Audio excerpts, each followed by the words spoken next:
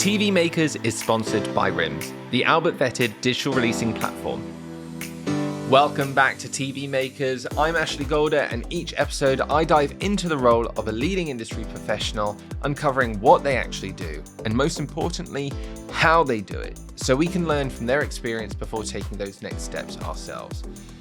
Now, after starting the series with a couple of very digital episodes, such as Anthony Smith from Diary of a CEO talking about how TV needs to catch up with digital, and Laura Marks from Channel 4's digital commissioning team talking about the intricacies of producing digital content, it felt right to switch it up and hear from the other side of the fence. What can long-running legacy shows do to stay relevant and on our screens? To dig into that, I'm chatting with John Comerford, head of Naked West, which is part of the wider Fremantle Group. They're home of Grand Designs, Escape to the Country, Great British Railway Journeys, and a whole load of series that have been part of the UK TV landscape for decades. But are they in danger of disappearing? We talk about how you keep a show feeling fresh after all those years, what good leadership actually looks like in practice, and why the future might not be legacy versus digital after all. If you're enjoying the series, hit follow or subscribe and give the episode a quick rating. It really helps grow the show. Okay, let's get into it. John Comerford's interview right after this. I am so excited to say this series of TV Makers is sponsored by RIMS, the industry's digital releasing platform, and honestly, they're a game changer. Whether it's contributor releases, location agreements, material licenses, and more, RIMS makes it all safe, secure, and paper-free. It's fully GDPR compliant and Albert vetted. I have used RIMS on loads of productions, and it just makes everything that much smoother. So leave your paper releases behind and head over to rims.tv to find out more. John, it is a pleasure to meet you. Thank you for having me in your Fremantle HQ. Heading up Naked West, then, what kind of culture do you think you create within the team? Well, what we're trying to do is to get people to feel comfortable to do their best possible work. And I would say that we have exceptionally talented showrunners up there who work to me. I mean, I get really quite involved, maybe sometimes too involved, in the kind of the real nuts and bolts of the program making, because I think it's really good to have another pair of eyes on things, and also just really making sure that we are maxing the quality, because all of our brands up there are really, really important shows. You know, they're really important shows to us, and they're really important shows to the broadcasters that we make them for. So we've got the Grand Designs family of programs up there. We have Escape to the Country and its spin-offs. And we have all Michael Portillo's Great Railway Journeys, which has gone from a kind of small series shot in Britain to a kind of a world traveling entity. Powerhouse. Yeah. And what's lovely traveling with Michael is the recognition that he gets abroad. So he's known very much in Europe, but also beyond in Australia, America, Canada, because it not only do we travel, but the program also travels. And it's, of course, it's been 25, now 26 years of Grand Designs. Yeah. You've got a very special House of the Year this year as well. How does that feel, being at the helm of another juggernaut that is Grand Designs and a beloved show for the UK and across globally? Well, incredibly proud of it. It's a wonderful program to be a part of. There's a sort of positivity to it. There's a intelligence to it. Obviously, Kevin is supreme at what he does, and in a format. I hate to say format because it's not really a format, but in a shape where it could end up feeling a bit repetitive. He always finds something new to say, and the team that make it are extraordinarily talented and very, very committed to it. I mean, the interesting thing is, you probably wouldn't commission Grand Designs now because it takes so long to get to, some of these builds we've been working on for years. And that's a real sort of luxury in today's TV. You don't really get budgets to do that. But we've got a number of builds in train at any one time, so that we're thinking, is that one going to mature in 26 or 27? And we're kind of we're kind of pushing to make sure that we have a really strong series, and sometimes two series every year. So we're going to talk about Grand Designs later. I want to ask a question. Do you prefer heading up a production company or making TV? Well, I think if you have made TV, it's always in it's in your blood. It sort of ends up being in your DNA. So I think it's very hard to really step away from the nitty gritty, the nuts and bolts. I'm not now kind of like everyday hands on, but I am very involved in the process, sort of editorially. A certain amount of pre-production. I'll go on location from time to time, not all the time, and then I'm pretty involved in the edits. So I think at the moment it's a really nice combination between the kind of leadership role and still being close enough to the product to influence it and to feel like you're still making TV, which is the best part of the job. And then how does that work in, I don't want to say hierarchical, but you're the boss, Naked West, and the culture that you see in different production companies, and it's always from the top down. It has to be from the top down. So therefore, how do you think that what top tips would you give to somebody who wants to step into your shoes to make sure that people feel supported, but can take risks, to give you the shows that are inevitably benefited from being able to sort of spread your wings almost? Yeah.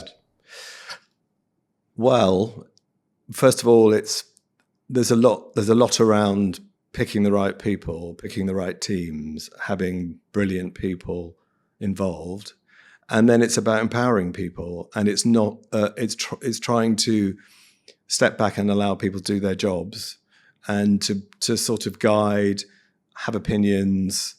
There are times when you have to say, that's not right, or that's not going to work for me, or if you spot something where there's obviously if there's an inaccuracy in a factual program, that's really, really important.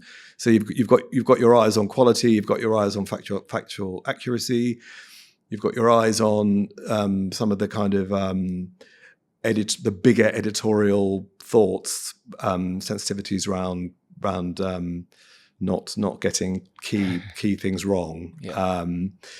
But it's within that, you have to trust the people who are there doing their job, because there's nothing worse than being a series editor or a series producer and not feeling like you have got the power to do what you've been employed to do. Mm-hmm. So it's there. I see it as a kind of it's supportive and it's empowering and it's allowing people to do their jobs and just being there as a sounding board, but also being there as a second pair of eyes and to really kind of think hard about the quality. I mean, we really pride ourselves here on the quality of the shows that we make. And I like to think that's why they've lasted as long as they have. They've adapted with the times. We've reshaped them, remodeled them, improved them. It's a constant process of doing that. But you've got to really, really care about the end product and be quite, not pedantic, slightly pedantic maybe, but really, really, really want it to be as good as it can possibly be. When you want to, this feels like as if I've sat you down for an interview for a new job. Can you give me an example of a time where you felt like you had to be that leader, tell somebody if something's not right or is right, but also catch yourself to allow them to still be open and do their own job? Yeah. Well, there's probably countless examples of it, whether I can think of one specifically now, but it is something that it's a constant kind of judgment. You're thinking about that all the time.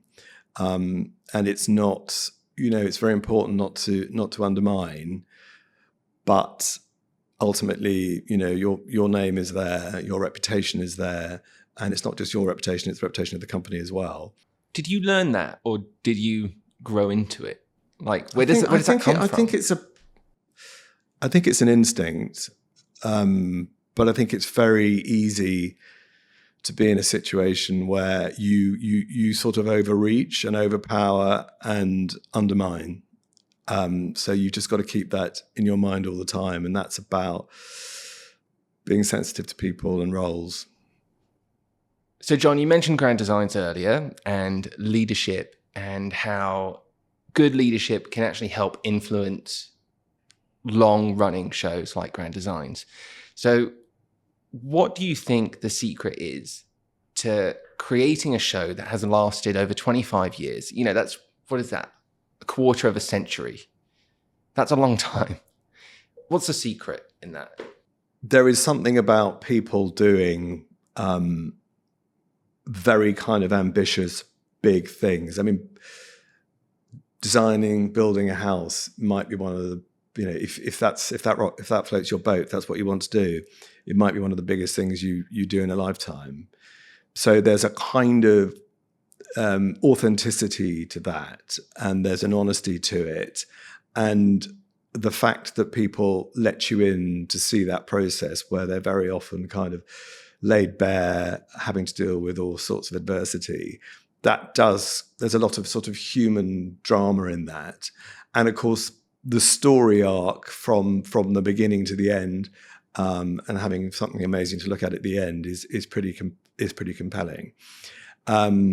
And I think that's down to the quality of storytelling. It's down to good choices of subject, and it's having an incredible narrator, presenter who takes you through it in a really just a very kind of engaging, intelligent way. I think there's something about the humanity in it and the curiosity as well. I think as viewers, we are very interested in watching people doing something amazing and being really tested. And I know that there, you know, with Grand Designs, there's people sometimes play the kind of Grand Designs bingo of all the things that can happen and can go wrong. Have a baby, get divorced. Yeah.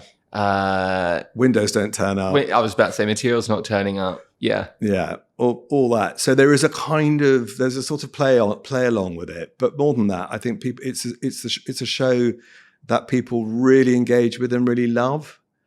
And it becomes a bit of a, you know, the number of people that come up to me and say, I love that show. I don't watch much TV, but I love that show. There's something about it that draws people in. And you know, I don't, not to boast on behalf of our team. I do think it's really, really well made. Yeah. Very, very nicely, very pleasingly, Richard Osman commented on it in his podcast, saying that he thought it was a beautifully made show. So we'll take that. And it is a fantastic show. But even you have said, you know, very little shows last 25 years.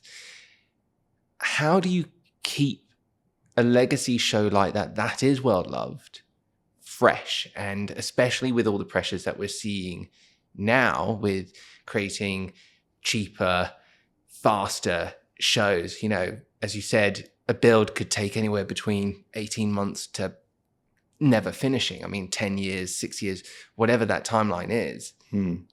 How are you keeping it fresh? What are you and your team doing to make sure that Grand Designs, Railways last another 25 years?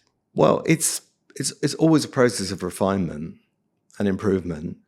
And of course, you always got to remember that in TV, there's been such a kind of revolution in technology. The way we shoot things now, use of drones, use of Osmos, use of kind of smaller cameras where people can take them, you know, the subjects can take them behind the scenes themselves and tell you about their innermost thoughts and feelings behind the scenes. So it's finding ways to get deeper into the story and make that even more compelling. There's the refining of the storytelling, and there's the making it look better and feeling like you're really there at the key moments. I mean, one of the challenges in Grand Designs is that, you know, our teams are going backwards and forwards all the time, trying to capture, trying to second guess when the drama's going to be, trying to be there when something huge is being delivered, or there's a massive concrete pour, or a really, really key moment in the story. And sometimes you get that right, and sometimes you don't. Mm-hmm.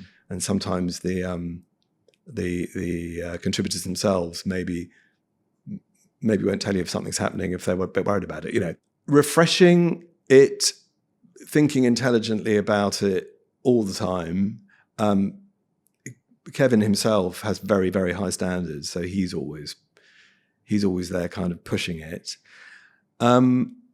And then also, you know, over the years we have done different spin-offs. Most recently, we've had a commission for a visualized podcast, which is called Grand Designs Deconstructed, where Greg James, who is he's a mega fan of the show, talks to Kevin about the show of the day, and they pick out themes and they talk to the contributors. And it's a really lovely way to get a bit deeper into the story and to feel like you're going behind the scenes.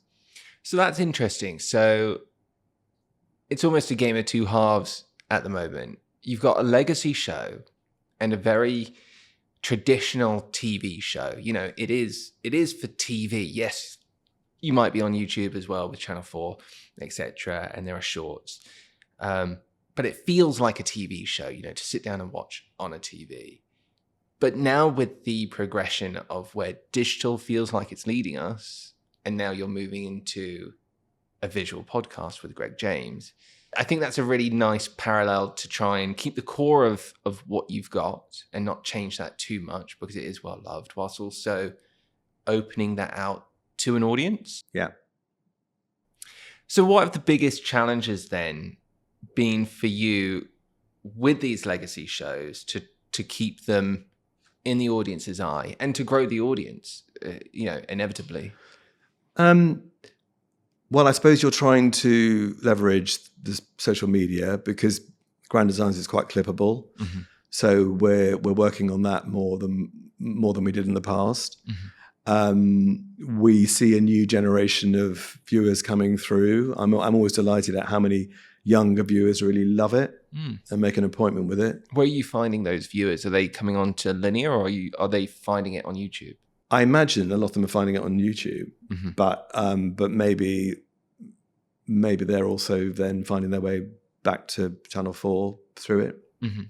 And of course now on channel4.com, on all four, you've got this extraordinary kind of all these shows just there to be consumed. And I remember one of the reasons why Greg James is doing the podcast is that he got in touch with Kevin around, I think it was around the time of lockdown, and sort of said to him, I'm a massive fan, and my sort of lockdown treat has been to go back through and watch all these, you know, get a glass of wine, cook a meal or whatever, and watch these old shows and remind yourself of them. What a library, 25 years exactly worth of content. And also, you know, it's to have been there through that whole period, you almost see, you know, society, economics, you see all these changes reflected in the program, subtly in the program. Well, no, come on, don't leave us, like, you know, what changes have you seen then? Well, I suppose, I mean, there's the obvious kind of construction things, like, you know,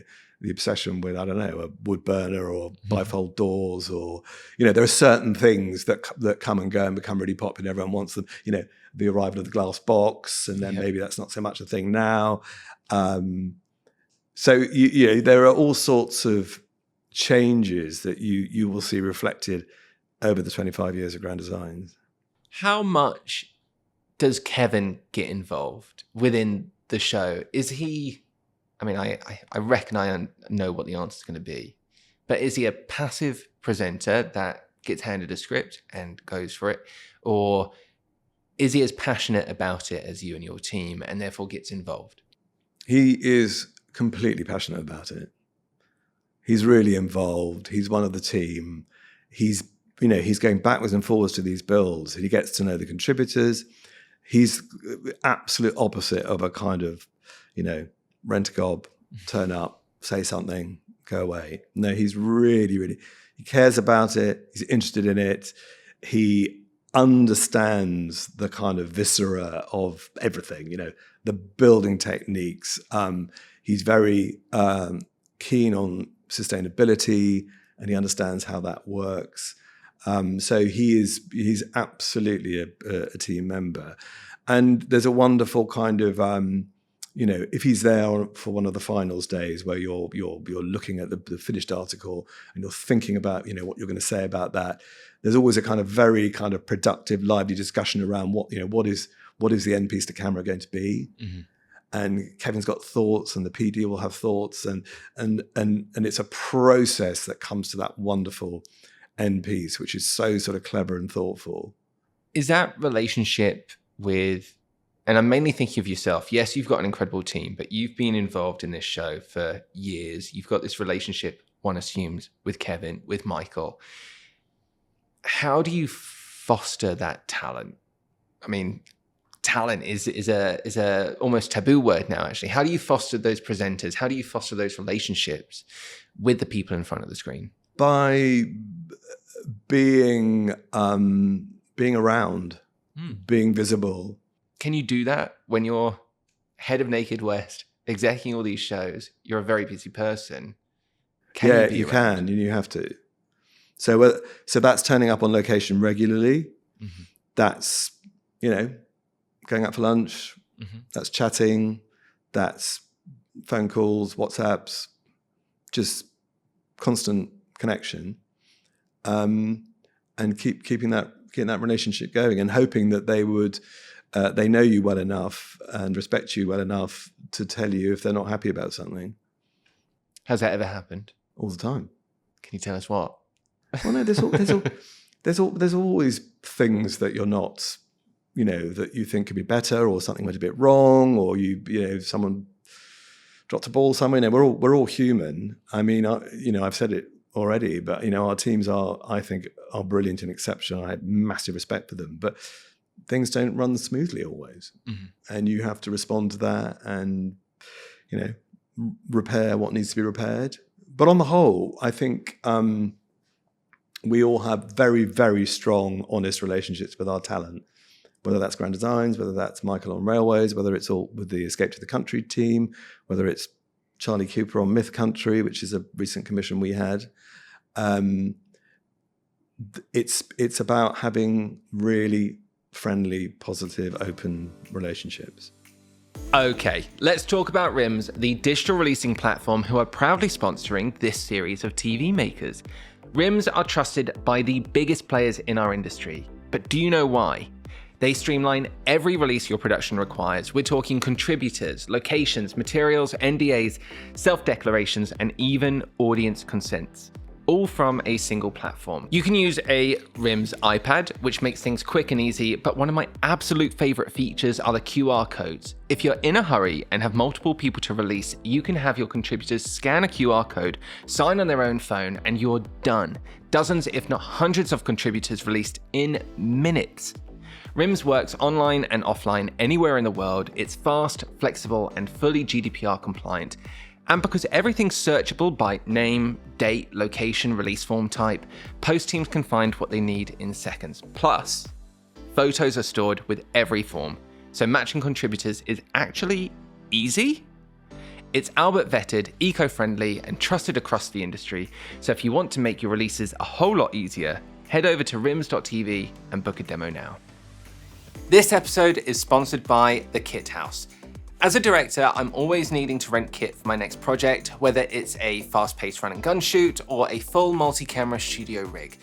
The Kit House has always been my go-to rental house, not just because their kit is solid and reliable, but because they're owned and run by working broadcast professionals. So if I've got a question about a tricky setup or need advice on the best gear to get the best result, they're always there to help figure it out and make the job that much easier. So the next time you're setting up a project and want reliable, brilliant kit to make it happen, pop into their Brighton branch or head to kithouserental.co.uk. This series is supported by Directed by Good, a social impact production company turning great stories into good causes. And what's amazing is they donate up to 15% of every project fee to UK charities. So by working with them to edit this podcast, we've already helped raise funds for some incredible organizations, which I love. They believe every story has the power to do good. So if you want your next project to create real change, get in touch at info@directedbygood.com. So going back to your role as both head of Naked West exec of Grand Designs Railways. If you could go back and tell yourself 3 things that might make your life easier now, what would that have been?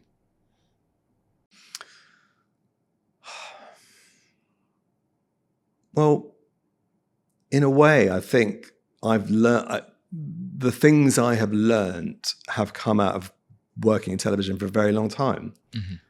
And you pick, you learn by your mistakes. You learn by having done the job yourself. So, I've been a researcher, I've been an AP, I've been a PD, I've been a series producer. So I know what's involved, and I know where the difficulties are, and I know that making TV is incredibly rewarding, but it's also really hard, and it's very stressful sometimes. Mm-hmm. And sometimes things go really smoothly, and sometimes they really don't. So there's a kind of resilience that you need, and it doesn't do to kind of flap or panic. You just have to be quite kind of systematic and take a step back, take a deep breath, and try and sort out things that seem like they are almost insuperable, but they never are. No, they never are. Nice generalized advice. But again, if you were to tell yourself, because I'm going to take a stab in the dark and say you were not born this experienced. Yeah. And therefore, we all have those stumbling blocks, and then that we overcome and we can learn from. Is there any one thing, as you were turning towards exec and now heading up Naked West, that you wish you had done differently, or you wish you had known before you got there, as if someone is about to jump into your shoes and head up their own production? I think it's about having faith in the potential of an idea, mm-hmm. and knowing that you will get there in the end. There are times in the process where you really think. I feel it even now. I've done it for so long, but I think, oh God, I just don't think this is going to work, or that I just can't see how we're going to get through this. But then you kind of break it down, and you do get there, but it doesn't just happen. You have to make it happen. And so I think it is about big picture, patience, and faith that it will work out. And do you feel you didn't have the bigger picture and that patience earlier in your career? No, I didn't. No, I think that's definitely come with experience and, say it, age.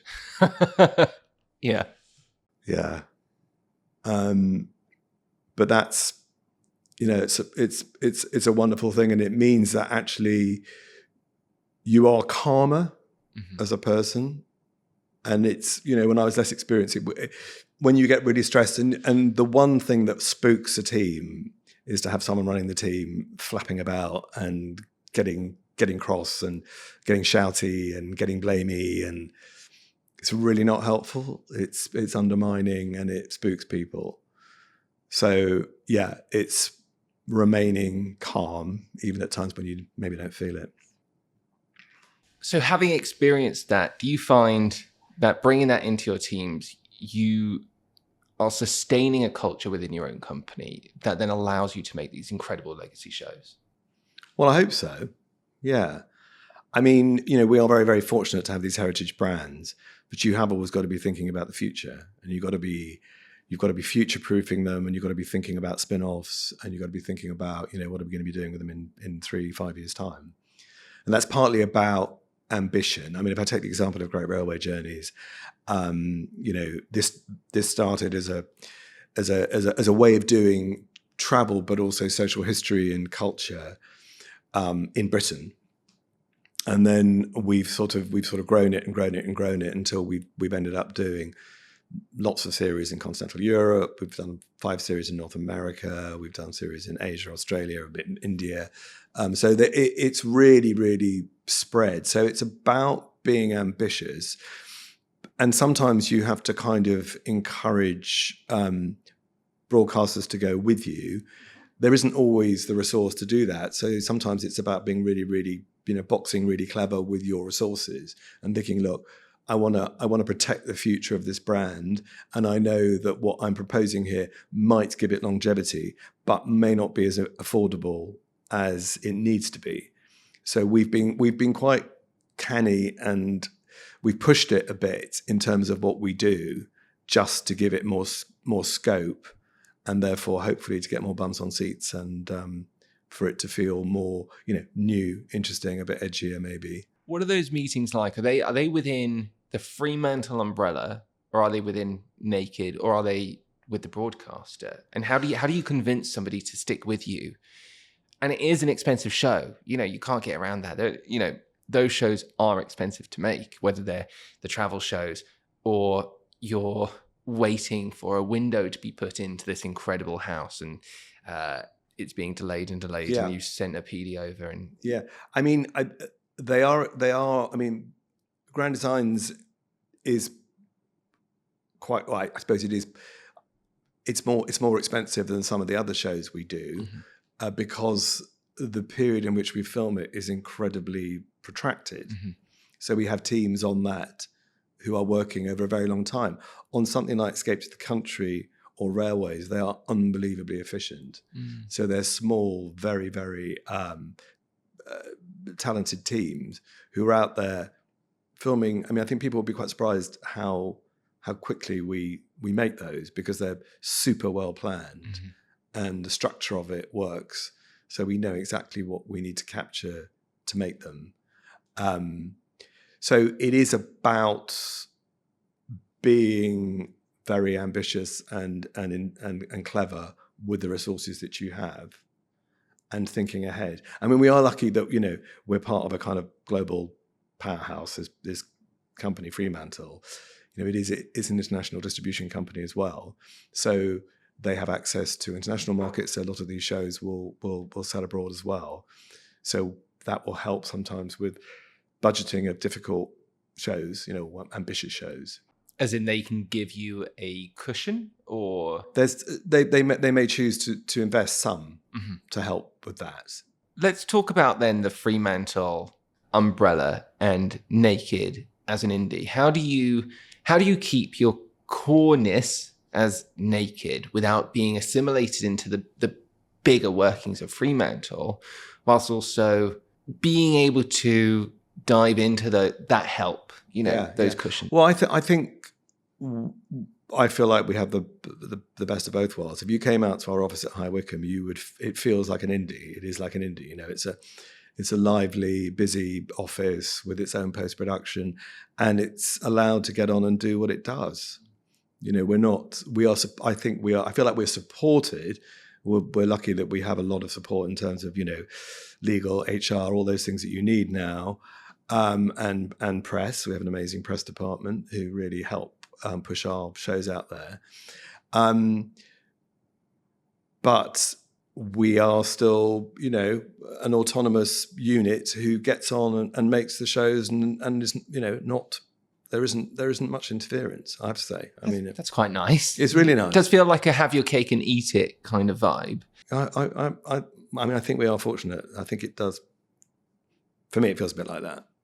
So let's then talk about the future of Naked and where you're going. Well, we're obviously aware of changes in viewing habits. We're really aware of keeping younger viewers with us. Mm-hmm. We've had some exciting new commissions. We had Myth Country with Charlie Cooper, which brought with him a lot of younger viewers. With the rap game, we've had a collaboration with Fortnite to create a game, which is really, really exciting. Okay. So you're kind of looking for new opportunities. Where can you take the brand? Where can you benefit from their longevity? And is that opportunities for existing content or new content? Because again, trying to keep the core of some of your shows intact, but evolving to keep those audiences and gain new audiences. How do you balance that? I think you just have to be really aware of it. You can't, there's so much competition now. You cannot rely on your traditional viewers always to be there for you. Mm-hmm. So you need to be thinking about, what other things, what are the editorial tricks you can play to bring people in? How can you use social media? Can you spin off into a podcast? Can you what can you do with your social media to really make it irresistible and package things up for people to notice and then come to it on a different platform? Mm-hmm.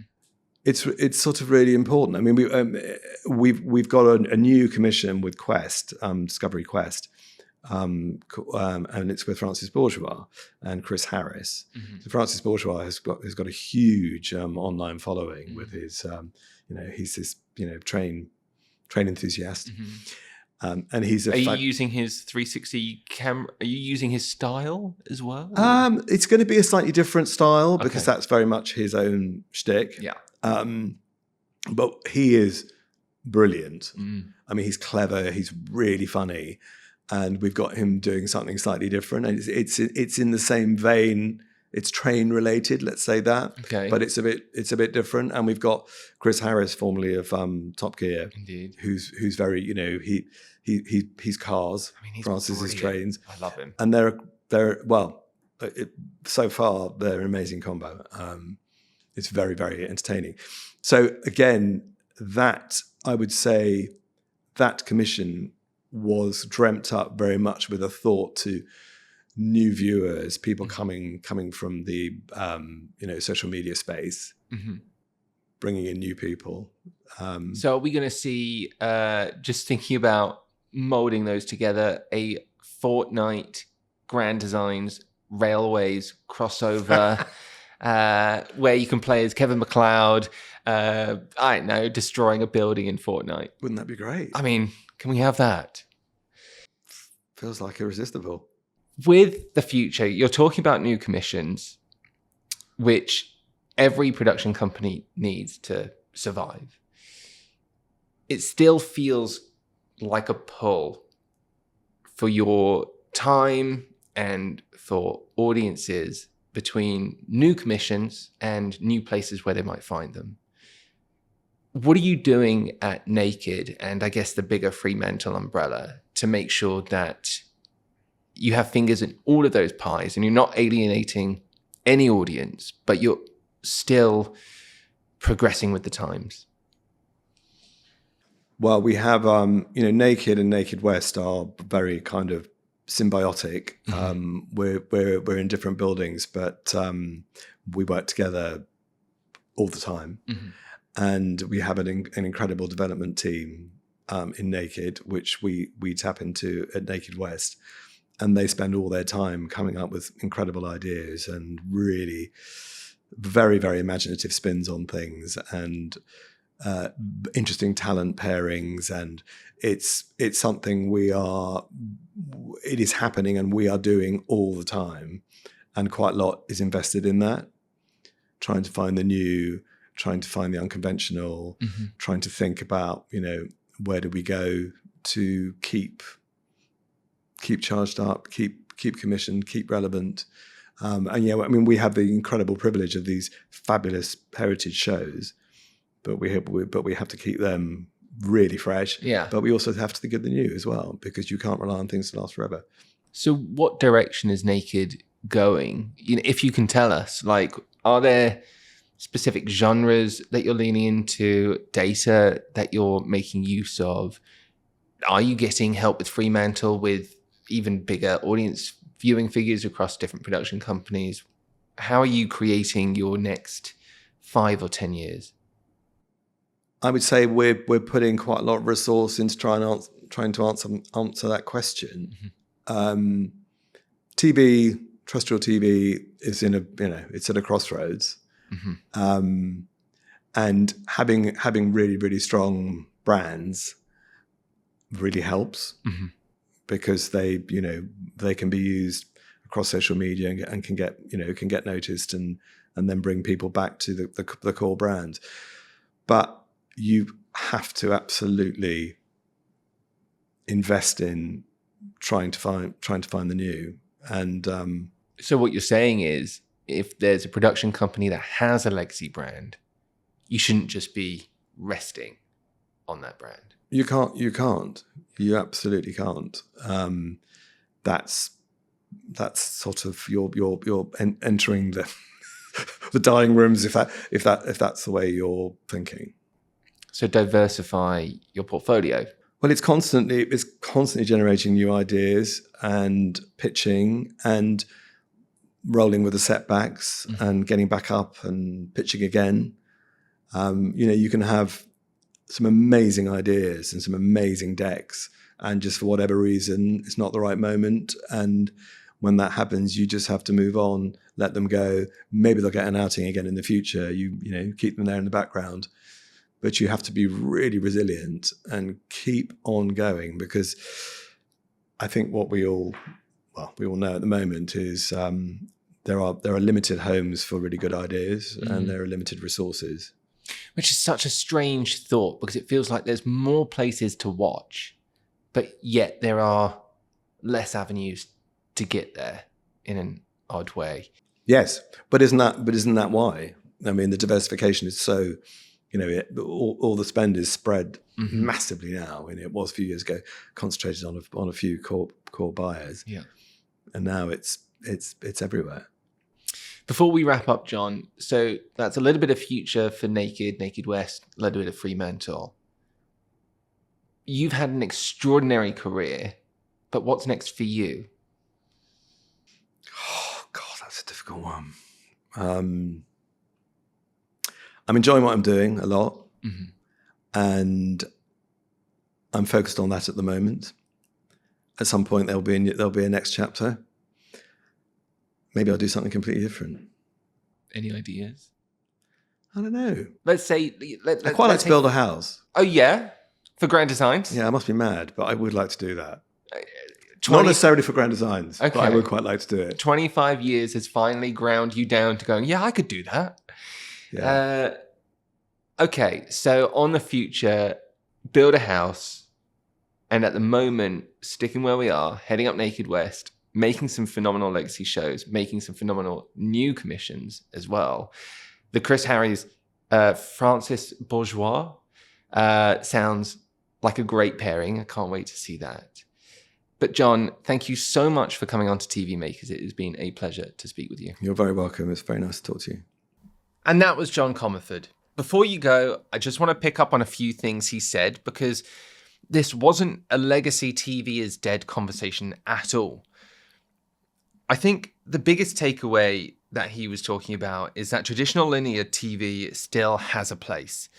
But don't just stop at linear when there's all of this digital opportunity sitting right there.